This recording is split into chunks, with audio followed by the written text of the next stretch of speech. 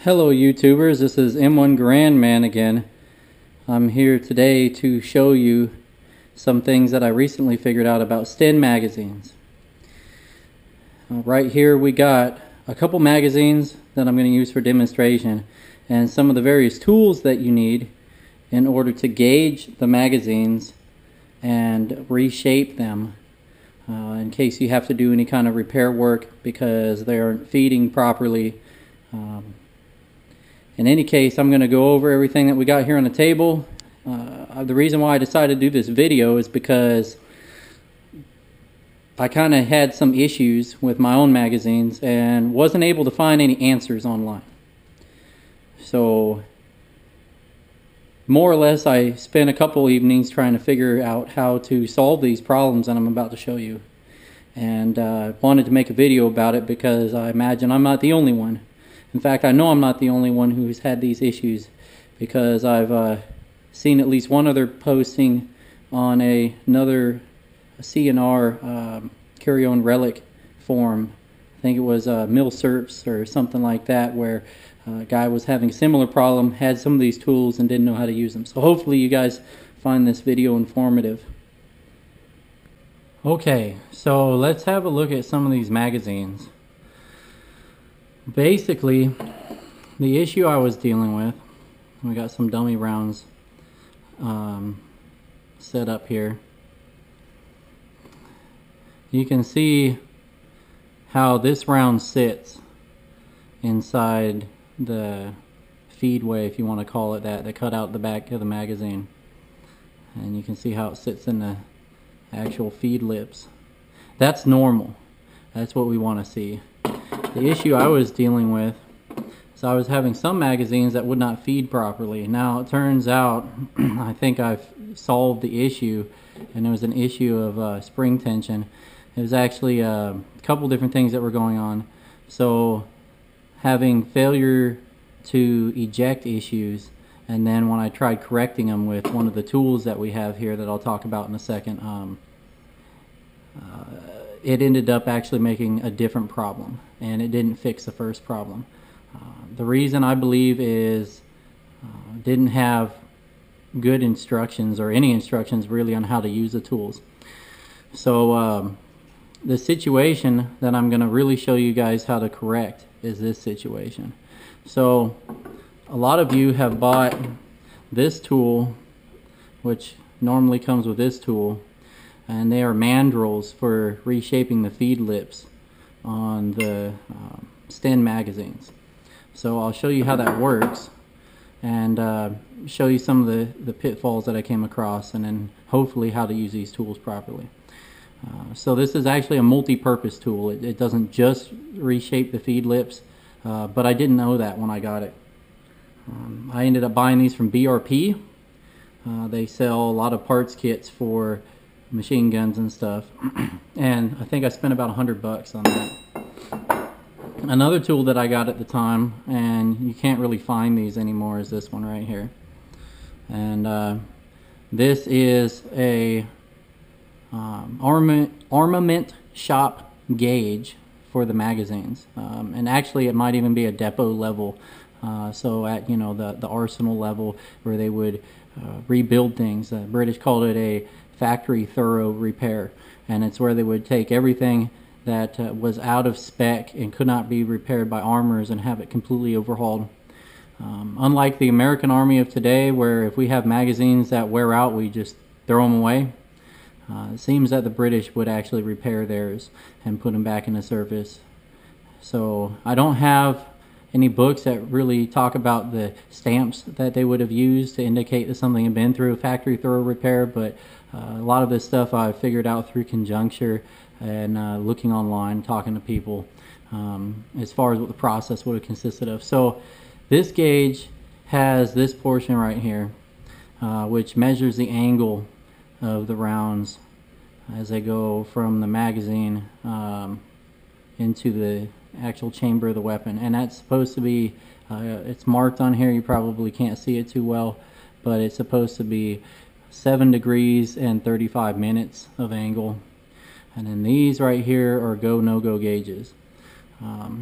So basically what we're looking at on a normal, properly functioning magazine with about 5 dummy rounds in here, if we push this forward, you can see that the gauge is flush against the back of the magazine, and the round is sitting right on that knife edge of the gauge. Okay, I went and changed the field of view on the camera to a more narrow one so you guys can see this a little better. But what you're looking for is for this gauge to sit flush on the back of the magazine, and for you have a 90-degree angle right here, and that's supposed to sit on the top of the feed lips, and then that round, it gets pushed forward by the gauge. You can see that here, and you should see ideally no gap, no light coming through between the round and the gauge, and that would indicate that you have the proper height and that you also have the proper angle. So this magazine I don't have any issues with, feeds just fine. We're going to take the rounds out and I'll show you something else.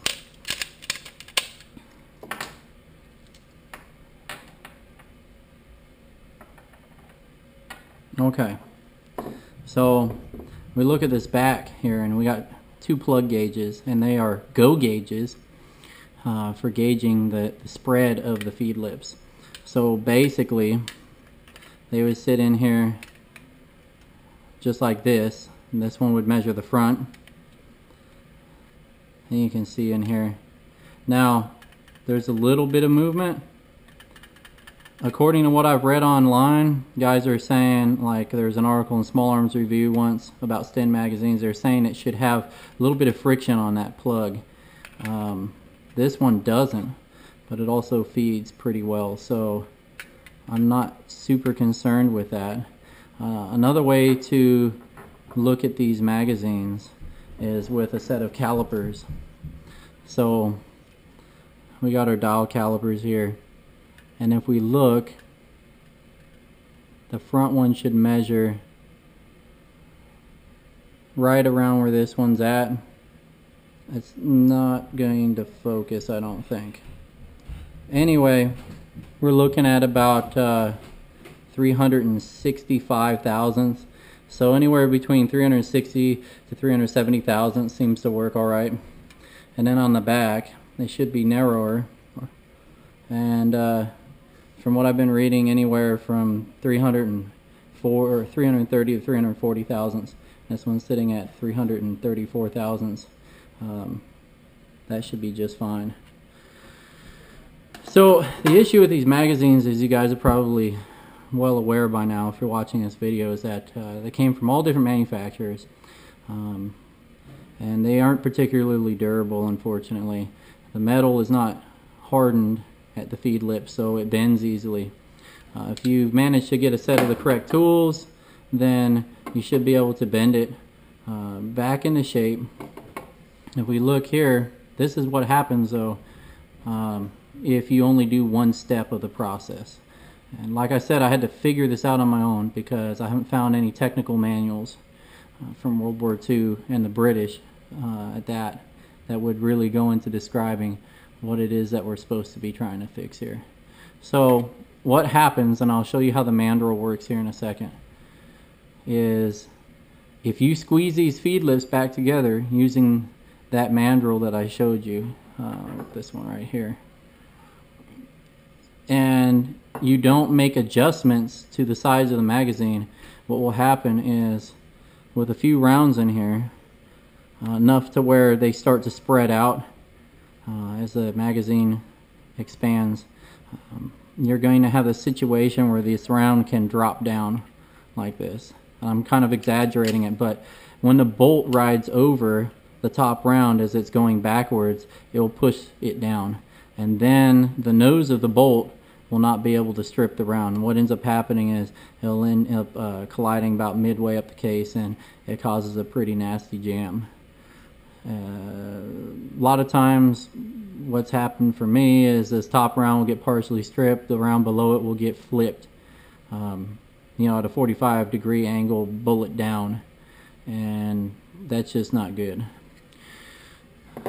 So what I am going to show you is how to do the resizing of the inside of the magazine. You can see right here there's a ridge, and if you look closely at this magazine, it doesn't have that ridge. Alright, inside the magazines, we have one taken apart here. You can see, if you look in the bottom, you can actually see where those ribs or ridges or whatever you want to call them run. Of course, they're on both sides, and those will control when those rounds neck down inside the magazine. And I found out from playing around with one of these that they will control the angle of the round feed too, to an extent. And that's the part I didn't know. It's not self-evident when you buy these tools. You can see this one also has a ridge in it as well. That's why I feel that these magazines may have been through a factory thorough repair, or they might have been adjusted when they were made. Basically, as far as I could tell, when I ran out of other options and I started looking at these mags, I realized if these back ridges were squeezed together, it would force the rounds underneath closer together, which would cause the head of the top round to push up, and that's what we wanted. So basically what you would need to do is get some sort of implement, like I use this punch for example, and you're going to need one on either side. I'm getting a little bit ahead of myself though, so I want to show you guys how the mandrel and everything works first. Okay, so we have the mandrel in the vise now, and I'm going to move this in a little bit forward. I just wanted you guys to see how it looks in the vise. Sorry about that vibration there. If we look closely, we can see that there is a rounded surface on top of this mandrel, and it's made out of hardened steel. It's case hardened, near as I can tell from the discoloration that's on it, so I apologize there. You don't want to get too crazy with it, filing on it or anything like that. You'll get through the case hardened part very quickly, and then it's not going to do you any good. Well, here's what we would do. We would take this magazine body, if the feed lips were spread out too far, slide it over, and this one doesn't really want to fit because there's another spot in here that's apparently a little tight. I'm not trying to force it because I'm not trying to create more work for myself. So we'll try another one. Okay, so here we got another one. I've worked this one over before, so fits on there all right. The goal is to try and squeeze these feed lips back down around the mandrel. We take this tool here and we would fit it on top like so. You can put it on backwards. What you want to do though, you don't want it on backwards. You want to take a look underneath. Make sure that you can see daylight in between the two mandrels. At this point, you just hit it with your hammer. A couple good wraps on it is all you need. Once you figure out how things work, if let's say you just want to adjust the front, well, you can have it way out here. And if you need to adjust the back, then you can scoot it down. Probably don't want to go all the way to this back part because you have the back of the magazine, the spine that's there, and you're basically forcing against a piece of metal that's running crosswise. So if you do that, you may end up bowing your magazine out in the back. Not a situation you really want. Some of the other things you can do on here, let's say you want to make some fine adjustments, you can tap on either side of this with your hammer. Just a regular ball peen like this one here is really all you need. So You want some weight to it. You know, a brass drift, or excuse me, a brass hammer isn't going to really do the job. So, but a good, you know, machinist ball peen. So anyway, once we've done that, we'll probably corrected our feed lips, but we're going to have induced that issue inside the magazine where we've spread out and changed some of the angle in here. You can see where those ridges are, and it's going to create that problem that we had. So this is one that I corrected last night, and this was after messing with it for a couple of days. So the compression that I had to do on here is pretty dramatic.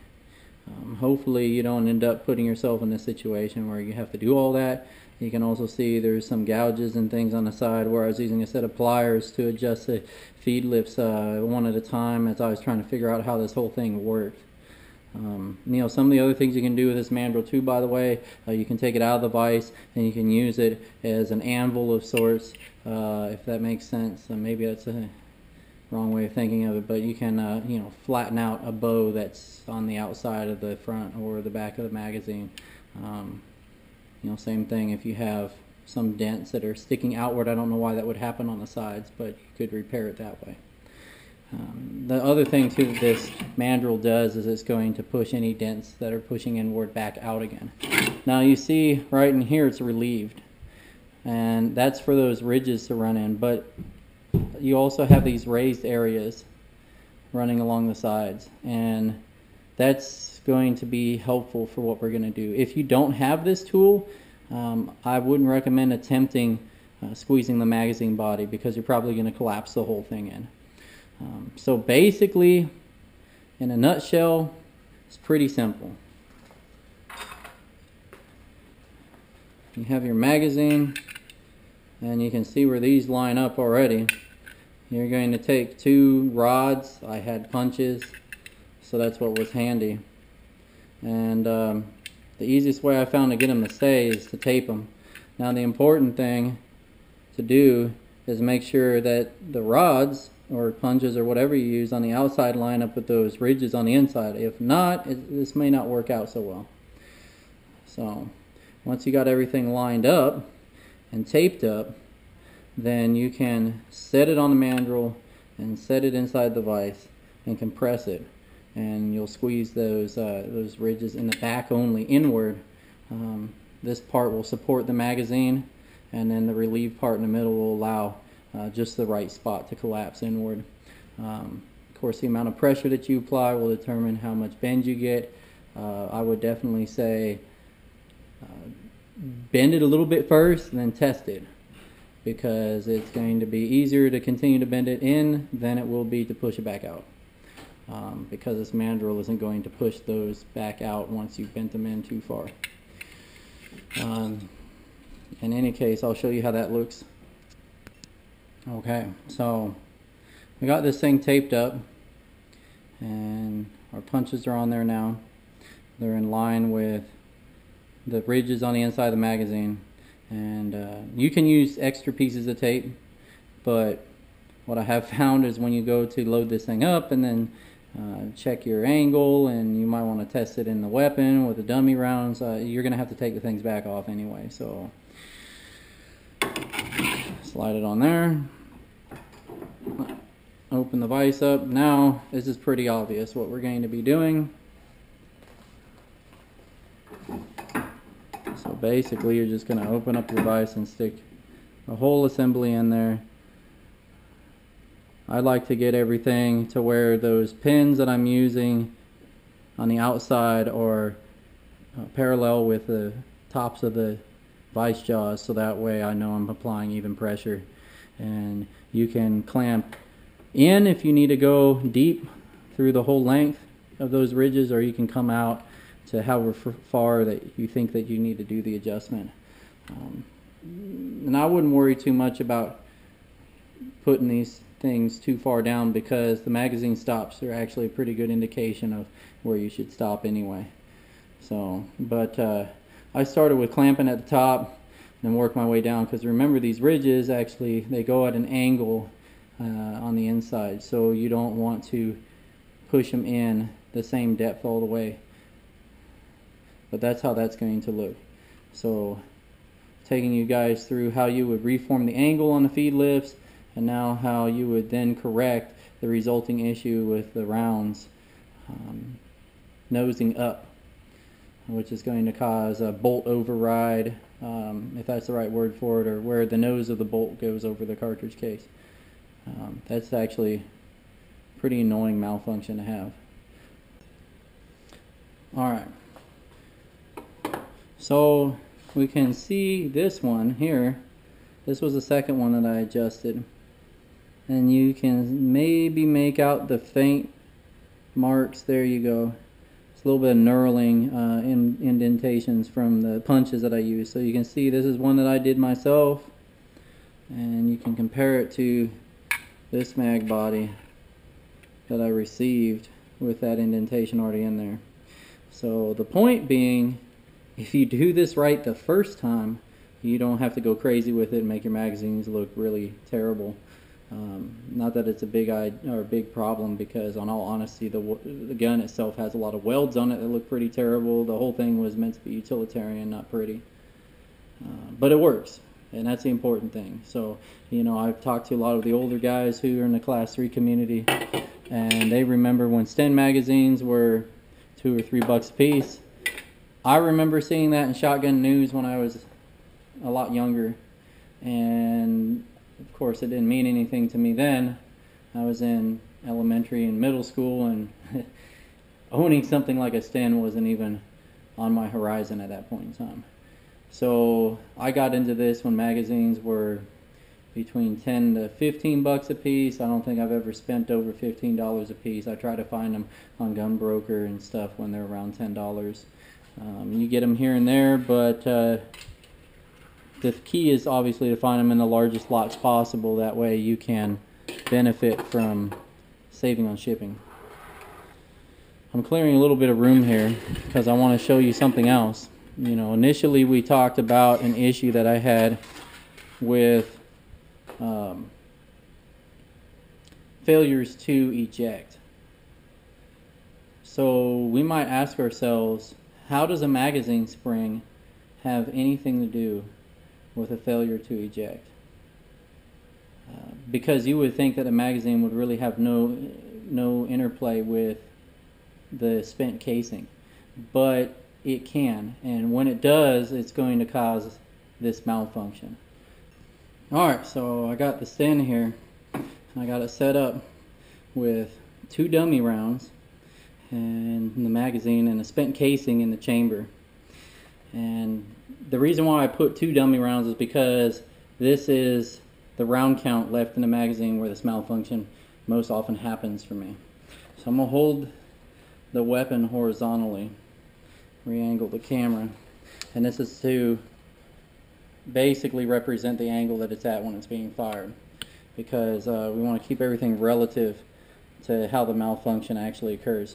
So you can see, and I'm kind of over dramatizing it by going slowly, as this bolt comes back, you see that the casing ended up dropping into the receiver, and that's where it ends up going when this malfunction happens. And then the bolt goes back forward, strips another round. Now that we got a round in the chamber, a case in the way, and another round ready to feed out of the magazine, the only way to clear it is to remove the magazine, of course open the bolt first, and then shake both the casing and a live round out, and then reload and resume firing.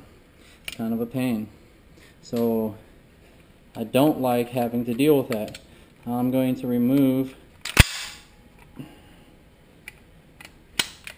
that casing, and I'm going to show you here what I'm talking about. So watch, here we'll angle it this way. Watch as this bolt nose slides over that round. Watch what the round does.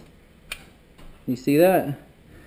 It pops up and then it drops down, and it actually pops up the most, and this thing doesn't want to focus exactly, right when, we'll angle this for the light,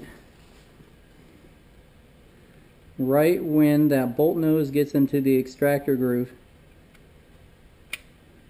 And it's not doing it as dramatically with this magazine, but some of them is really noticeable. Basically, that bolt nose goes in an extractor groove, and it really kicks the nose of the next cartridge up. And what that does is it will end up knocking that casing right off that bolt face before it even has a chance to get to the extractor. So that's not what we want at all.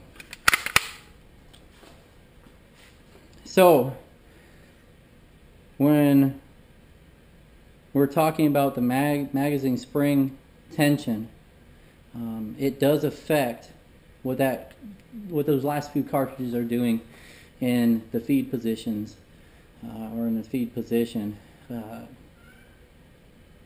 Basically, if your spring does not have enough tension, when that bolt travels over, allow the rounds to move around. If you have a strong enough spring, then it's going to keep everything tight and level for the most part, and it will definitely help prevent that nosing up of the cartridge, which is what we don't want to see. Now, most of the springs that came with these things, they're pretty, well, they're not up to today's standards, that's for sure. They're certainly not chrome silica springs or chrome silicon springs, whatever you want to call them. So you can have some issues. If you look at this one right here, and that's a 12-inch ruler. I'm actually running backwards from 12 inches on the right, but this spring is supposed to be 12.5 inches. At least that's what the parts manual says, and this one looks like it's about 13.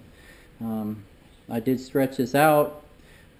That's really an act of desperation, because once you load the magazine to capacity, it shrinks right back down to its original size.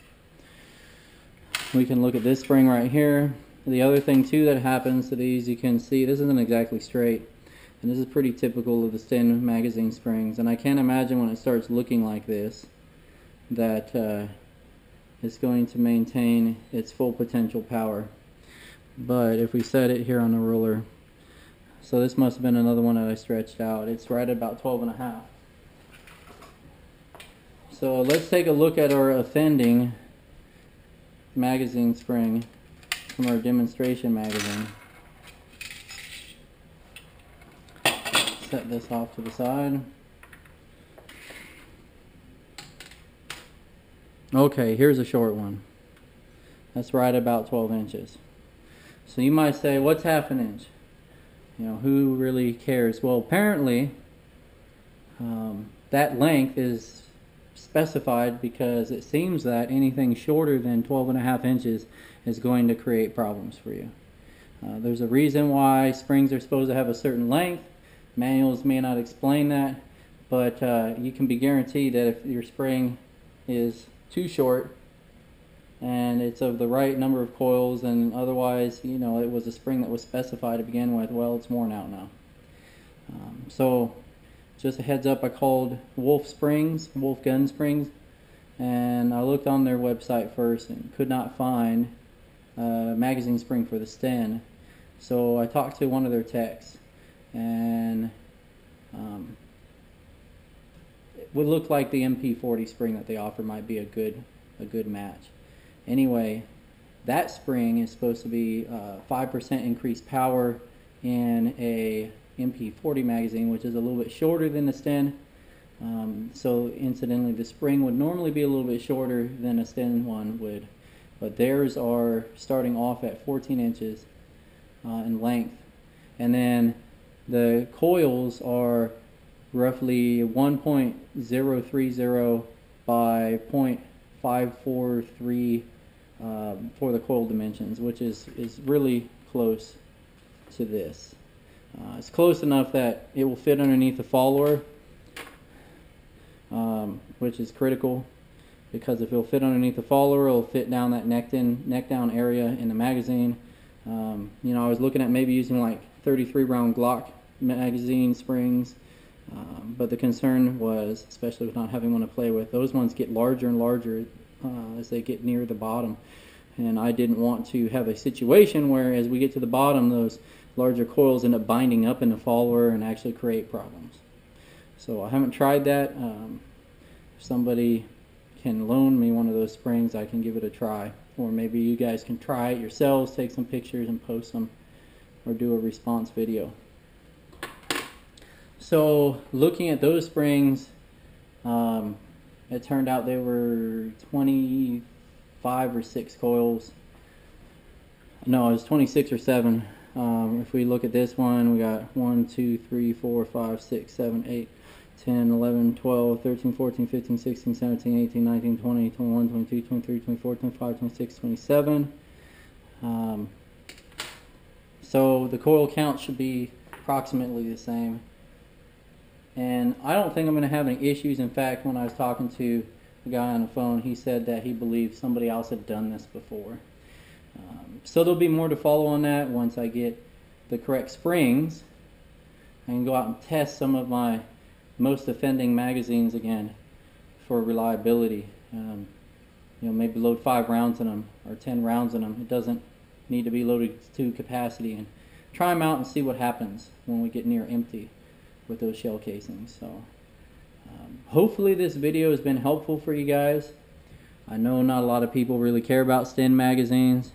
Most of the guys who own the guns that need them have bought plenty back in the day to where they don't really care. And there were sayings like, you buy 10 and you hope that 1 or 2 work, and then the rest of them you sell them, maybe they'll work in somebody else's gun.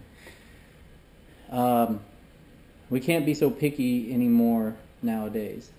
At least not for the guy who's getting into machine guns for the first time. If you have a pretty large collection, chances are you probably work a job or have the means to afford to buy still large lots of magazines if you really needed them that badly. For the rest of us, it's one of those things where, you know, a $5,000 or $6,000 purchase on one firearm is substantial, and it's gonna, I'm not gonna say wipe us out, but then to go turn around and spend, you know, hundreds of dollars on magazines and, you know, special tools and spare parts, and forget all the ammunition that you're going to shoot through this thing. It gets really expensive fast. So in any case, that's pretty much it with this project. I know this video is kind of long. Usually mine are. I get to talking and you know, I want to make sure I cover everything, because it is not a lot of information about some of the topics that I cover on videos, which is why I do the videos that I do. If you guys have any questions, obviously feel free to ask, and comment, post your response videos. I definitely like hearing back from you guys. If there's something that you'd like to see in the future, please do post it in the comments, and I will see if I can do something to make a video about it. Definitely looking for new projects, and look forward to hearing back from you. Y'all have a great day.